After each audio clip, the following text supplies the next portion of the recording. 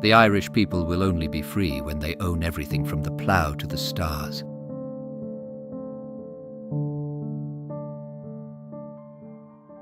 Every year, the Irish government presents us with a new budget, but are they telling us the full story? Let's take a closer look. The government presents the budget in a very misleading way, highlighting only the positive aspects while glossing over important details, so the average person will quickly glance to see what kind of benefits are in it for them, and God forbid they look into the details. This way, taxpayers won't notice that in some cases, the budgets of individual departments have increased by up to 20%, and without fail, every single department has seen an increases in their wages.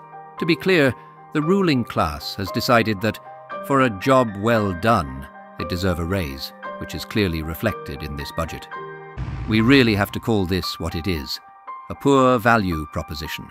With every genius idea implemented by this government, our buying power drops.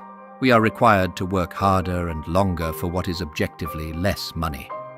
Many businesses, which are already struggling, will shut down because they won't be able to cope with the higher costs of staff and energy bills. When considering value proposition, we still need to look for the winners in this budget. The initial overview doesn't make it clear who stands to benefit the most.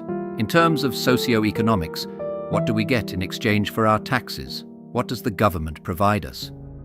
Take, for example, the Department of Children, Equality, Integration and Youth. It's the fourth biggest department in terms of budget and expenditure, but number one in terms of the proportion of the budget increase, a staggering 27%. It receives 3.3 billion euros for creating an equal and inclusive society, basically spreading Marxism and funding NGOs, and 2.15 billion euros for growing IPAS structures.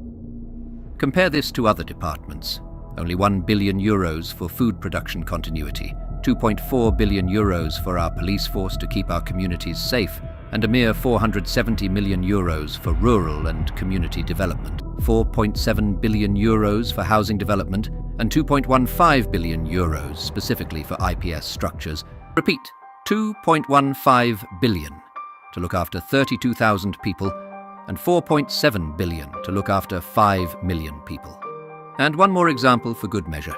Despite the critical role of the Department of Enterprise, Trade and Employment, their budget has been slashed by 21% for 2025, making it lower than the government's spending on office supplies and IT.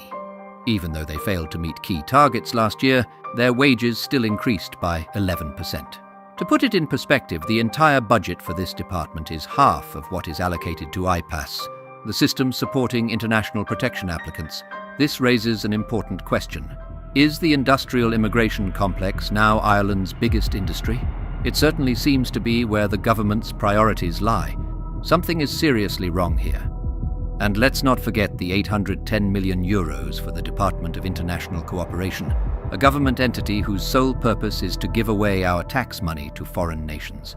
The program to create a fair and efficient support for international protection seekers will benefit mostly foreign corporations and vulture funds, which don't even pay taxes in Ireland.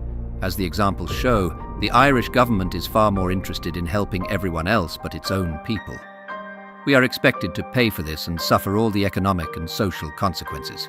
This is what you can call a poor value proposition in socio-economic terms. It's no surprise that more and more people are fed up with this nonsense. I'll leave you with this question to consider. Are you going to heat or are you going to eat this winter?